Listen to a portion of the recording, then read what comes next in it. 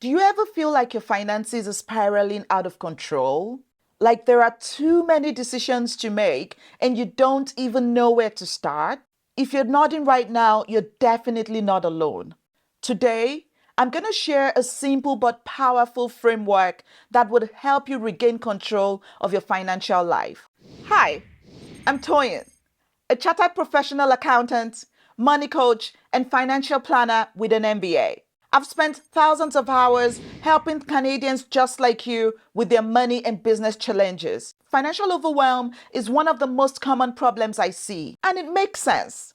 We're bombarded with financial advice from all directions. Invest in this, cut back on that, save more, spend less. It's exhausting. The problem isn't that you don't know what to do.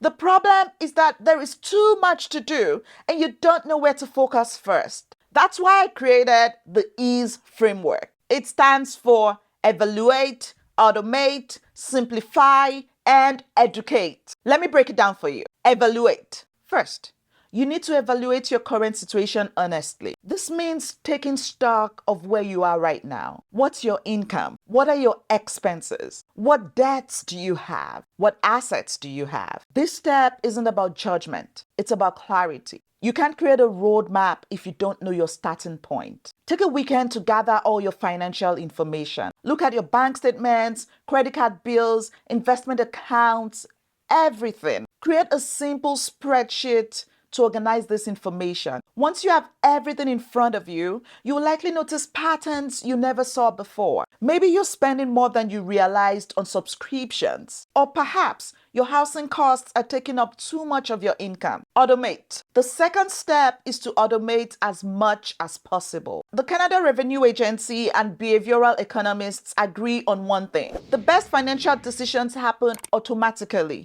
not when we have to make active choices every time. Set up automatic transfers on payday before you can spend the money. Have a portion go directly to savings, another portion to investments, and another to debt repayment. Automate your bill payments so you never miss a deadline and incur late fees. Late fees can be pretty expensive. This step removes the mental load of having to remember and decide every single time. Your good financial habits happen in the background while you focus on living your life. S for simplify. The third step is to simplify. Many of us overcomplicate our finances, and this leads to paralysis. Do you really need 5 different credit cards, 3 different bank accounts, multiple investment platforms? Consolidate where it makes sense. Choose 1 or 2 financial institutions to work with. Close unused accounts. Consider debt consolidation if you're juggling multiple high-interest debts. For investments, sometimes a simple index fund or all-in-one ETF is better than trying to pick individual stocks or jumping between different investment strategies. Remember, the goal isn't to have the most sophisticated financial setup.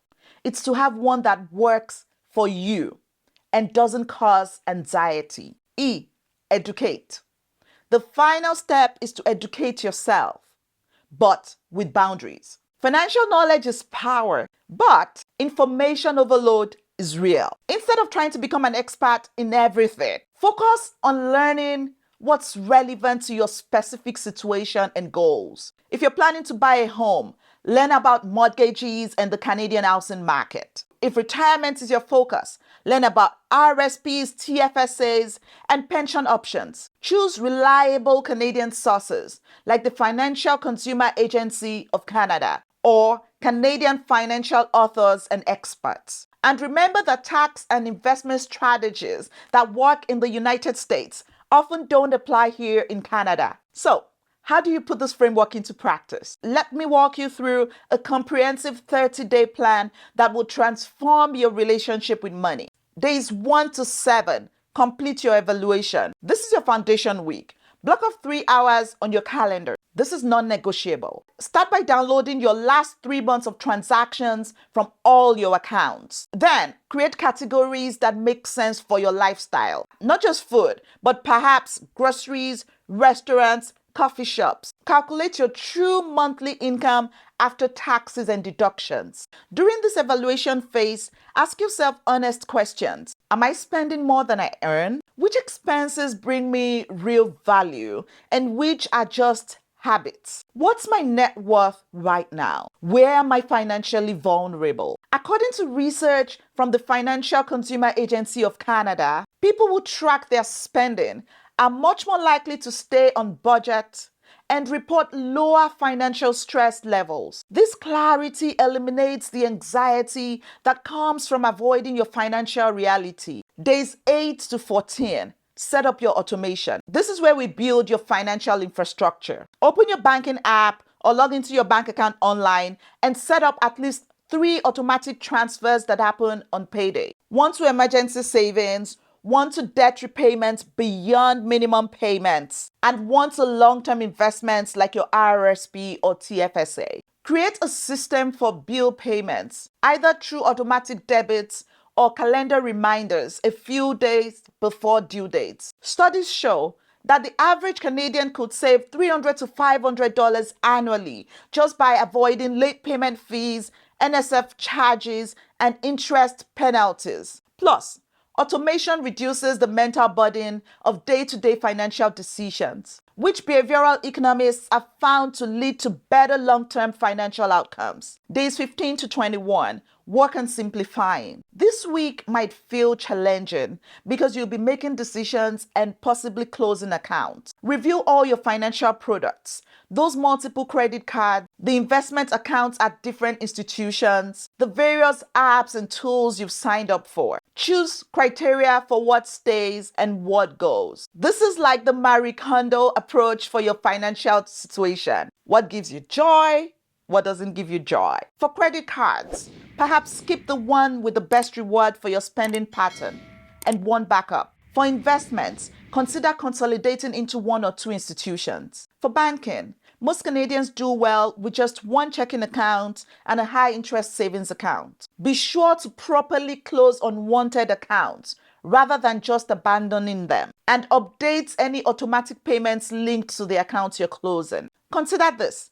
The average Canadian household pays over $220 in banking fees annually. By consolidating accounts and choosing the right financial products, you could save hundreds of dollars each year, while also saving several hours in administrative time. That's time and money you can redirect towards your most important financial goals. Days 22 to 30, start your education journey.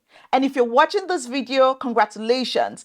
You're already ahead. You've started your education journey. Begin by identifying your biggest financial priority right now. Is it debt reduction? Saving for a home? Planning for retirement?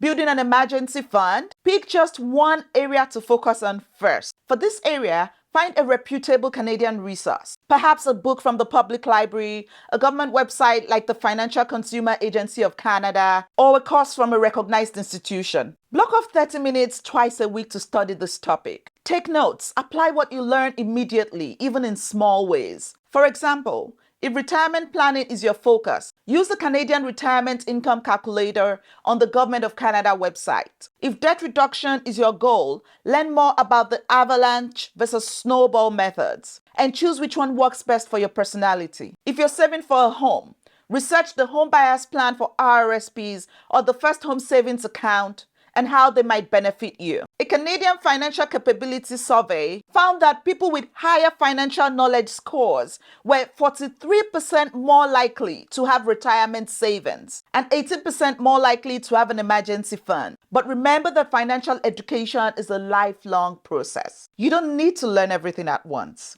Research shows that focused learning in short, regular sessions leads to better implementation outcomes than trying to become an expert overnight. The beauty of this framework is that it scales. You can use it to tackle your entire financial life, as I've just outlined, or you can apply it to just one area that's causing you stress. For example, if investment decisions are overwhelming you, evaluate your current investment decisions, automate your contributions, simplify your holdings, and educate yourself specifically about investment strategies that match your risk tolerance. And don't worry about perfection. Financial management is iterative. You'll go through this ease process at multiple times throughout your life as your financial circumstances change. The goal isn't perfection, it's progress. Financial overwhelm happens to everyone, even financial professionals like me. The key is to have a structured approach to regain control. If you found this video helpful, you might also enjoy my video, How to Set Financial Goals and Stick with Them, where I share a comprehensive roadmap for turning your financial goals into daily habits that last all year round. See you in the next video.